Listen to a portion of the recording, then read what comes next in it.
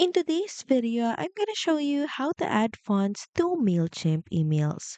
So start by logging into your account, then go to campaigns and open up an email. Then click on edit design to open up the email builder. Now here in your layout, click on any text block. Then next in the editing toolbar in this section, look for the font drop-down menu.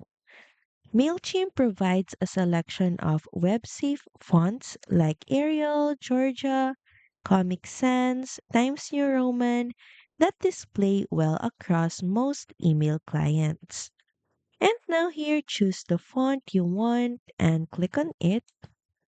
Now also adjust the size, spacing, and color to match your design.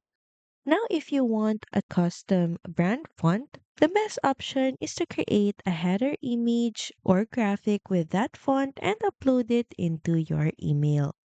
This ensures it displays consistently for all subscribers. And before sending, make sure that you click the preview and see and check how the font appears on different devices and email clients.